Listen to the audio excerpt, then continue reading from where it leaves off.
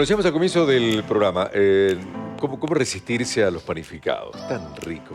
Ya pasás por una panadería, una confitería, un café bar, ese olorcito al panificado recién hecho, a la torta calentita. Bueno, pero nos pasa a muchos que te comes alguna panificación, independientemente de la cantidad que comes, y te sentís inflamado, te sentís mal, y empezás a pensar, ¿seré celíaco? ¿Seré celíaca? ¿Tendré que hacerme algún estudio para cerciorarme de esto? Bueno, con nosotros está Soledad Ciurletti, que es la directora del programa Ser Celíaco de OSEP. Soledad, ¿cómo va? Hola, buen día, ¿cómo va? Gracias por acompañarnos. No, gracias por invitarme.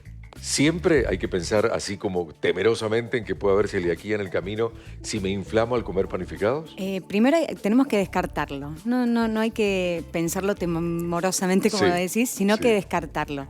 No solo las harinas son los únicos a veces responsables de los síntomas, pero bueno, algo muy importante es no dejar de comerlas antes de hacer los estudios, ¿sí? Porque a veces nos dicen, bueno, me distienden, dejé de comer un tiempo harinas y me siento bárbaro. Sí, puede ser que nos sintamos bárbaros, pero no hay que dejar de comer gluten principalmente antes del diagnóstico, para descartar enfermedad celíaca. Perfecto. Una vez que nosotros descartamos enfermedad celíaca, sí es recomendable asistir a un profesional, porque lo que digo, a veces no solo las harinas, sino otros alimentos también son los responsables de esta sintomatología. ¿Te animás a enumerar algunos de esos otros alimentos? Sí, tenés los azúcares principalmente, que se encuentran en distintas formas en los alimentos, que tienden a fermentar, ¿sí? Que fermentan en el intestino. Lactosa, fructosa, bueno, tenemos sorbitol, se encuentran de tal manera que a veces no los conocemos de esa forma, pero fermentan. Algunas frutas y verduras también, ¿cierto? Frutas, verduras, es más, el trigo principalmente es el que a veces el que más problema tiene, digamos, dentro de los cereales, porque hablamos tanto no del gluten, sino que también sus hidratos de carbono, o sus azúcares que no son digeridos. Entonces también producen la misma sintomatología que la celiaquía. ¿Y la sintomatología? A ver, más allá de la inflamación, la hinchazón, ¿puede haber otros síntomas que uno tiene que estar alerta? Por ejemplo, como algo empiezo a sentir un revoloteo en la panza, como un... No sé, por decir. Yo siento como dinosaurios en mi caso. Ruidos estomacales, sí. Ruidos, no sé, como gases o cuestiones que adentro uno empieza a sentir, ¿puede ser que nos indiquen algo o no? En el caso de la enfermedad celíaca, como siempre decimos, es muy amplio hoy en día el área de la sintomatología. Sí, por supuesto, muchas veces, la mayoría de las veces comienzan los estudios por la sintomatología digestiva, ¿sí? Es muy amplia, pero a veces llegamos a los diagnósticos que no son celíacos, nos dan negativo todos sus estudios y bueno, pueden ser estos otros alimentos los responsables de toda la sintomatología. Por eso siempre es muy importante, lo vuelvo a repetir, no dejar de comer gluten antes del diagnóstico. Sí pueden asistir a un profesional para que le dé la cantidad de gluten adecuado para evitar producir síntomas y bajar algunos de estos otros alimentos que son los responsables también de aumentar, de exagerar, digamos, esta otra sintomatología. Dijiste no alarmarse antes de tiempo, no alarmarse antes de hacer estudios. Ahora, quiero que nos cuentes de los estudios, ¿no? ¿Cuáles son? O el estudio. Pero, ¿son realmente certeros? He escuchado por ahí a alguien que me dijo, me diagnosticaron mal. Durante mucho tiempo me dijeron que era celíaca y no lo he sido finalmente. Bien. O a la inversa, ¿no? O a la inversa. Han cambiado muchísimo, como todo, ¿sí? El tema siempre se comienza con un análisis de sangre, de anticuerpos específicos, y antes, se llamaban las antiguas gliadinas, que ya no se piden más, ya los laboratorios no deberían hacerlos porque no son, digamos, aptos para un diagnóstico, sino que se piden los péptidos deaminados de gliadinas, se los nombro así, pero bueno, son los nuevos estudios que se hacen. Se comienza con eso y si esos análisis dan elevados, positivos, vuelvo a repetir, no comenzar la dieta libre de gluten, sino que asistir a un profesional adecuado, a un gastroenteróloga, para seguir, digamos, con el diagnóstico, que sigue siendo aún las endoscopías de intestino delgado, la biopsia. sigue siendo todavía nuestro... Ese es el estudio. El digamos. estudio para terminar el diagnóstico. Lo que pasa es que, a ver, tienen que estar en conjunto. Los anticuerpos también se pueden elevar por otras cosas, por otras enfermedades, por otras situaciones. Y el daño de intestino también puede darse por otra situación. Entonces, por eso es tan importante, o a veces salen estos casos que te dicen después que son mal diagnosticados. Porque, ¿Qué puede generar un falso positivo, digamos? ¿Qué otra enfermedad o qué otro cuadro, digo, puede A ver, para que me acuerde, soy de la nutricionista, estaría bueno que estuviera la doc, pero bueno, hay un montón de enfermedades intestinales. A ver, por ejemplo, en los chicos a veces eleva los parásitos, por ejemplo, elevan anticuerpos, por ejemplo. Entonces puede darnos, hay que seguirlos, tienen que seguir los especialistas para lograr el diagnóstico. ¿Sabes qué siento, Sole? Un poco sumándome a lo que dice Rodo, que hay órganos a los que recién le damos importancia cuando somos grandes, ¿no? Recién empezamos a hablar del hígado, del intestino, del riñón, ¿viste? Bueno.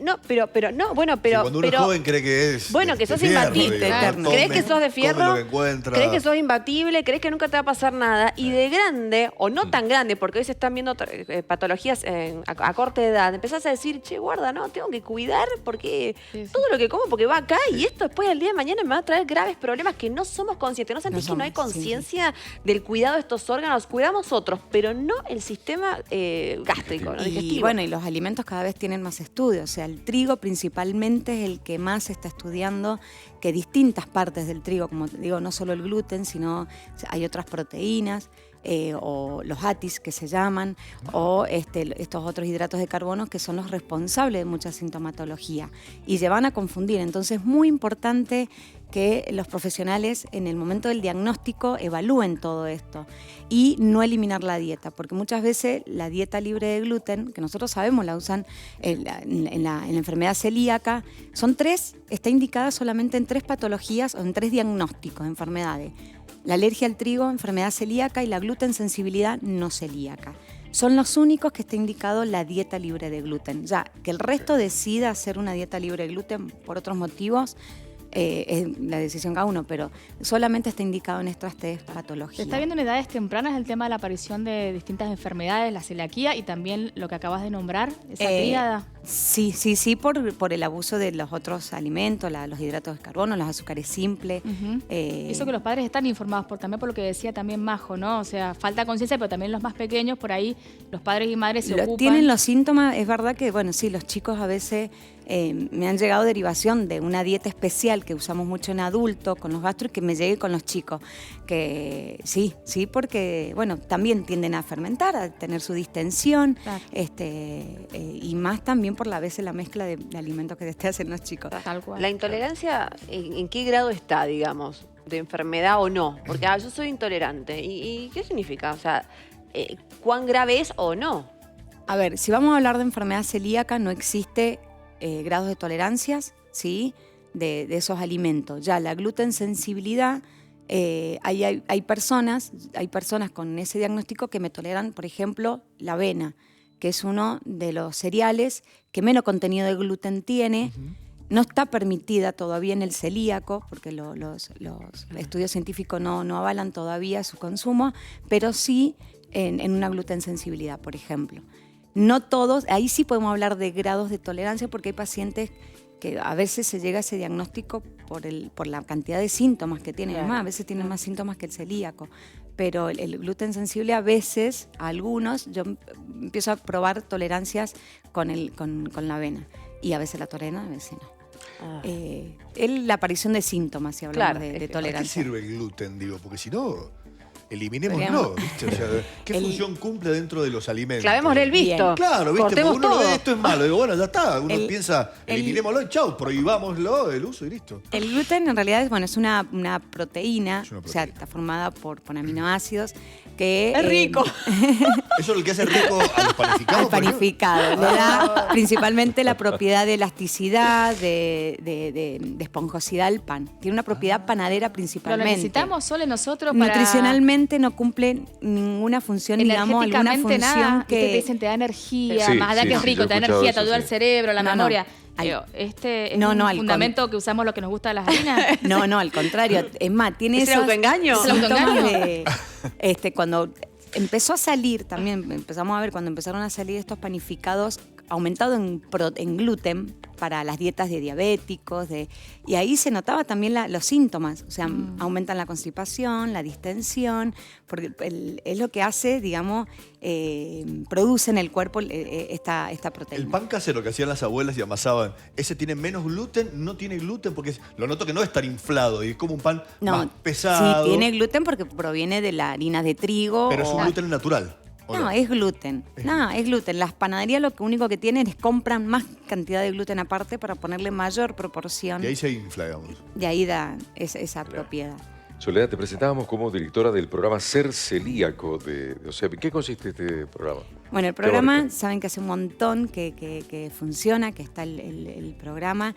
Es una unidad donde principalmente es detectar en forma temprana pacientes celíacos, hacer un diagnóstico precoz y un tratamiento adecuado. Y el seguimiento, porque como siempre digo, no podemos decirle al paciente tiene análisis elevado, deje de comer pan y vaya. Claro. O sea, necesitamos explicarle de qué se trata su dieta, cambiarle sus hábitos, sus conductas, tanto a él como en la familia. Y viendo los cambios, porque esto va cambiando permanentemente, van avanzando tratamientos y bueno, la dieta todavía sigue siendo el único tratamiento, no tenemos nada nuevo en la enfermedad celíaca, pero el programa prácticamente es eso, ¿sí? Que es mucho porque pocas áreas ofrecen esto, principalmente la contención, ¿sí? La hora a veces de consultorio es muy corta y se necesita mucho tiempo en los pacientes. Se necesitan estas charlas sin dudas, así que los invitamos a todos. Reiteramos entonces, ¿te parece? Sí, bueno, ahora recordamos que el 5 de mayo se conmemora el Día de la Enfermedad Celíaca. Este viernes. Este viernes, sí. Bueno, en el tema de aumentar la concientización, mejorar los diagnósticos y que conozcan de qué se trata, vamos a dar una jornada que está abierta a toda la comunidad.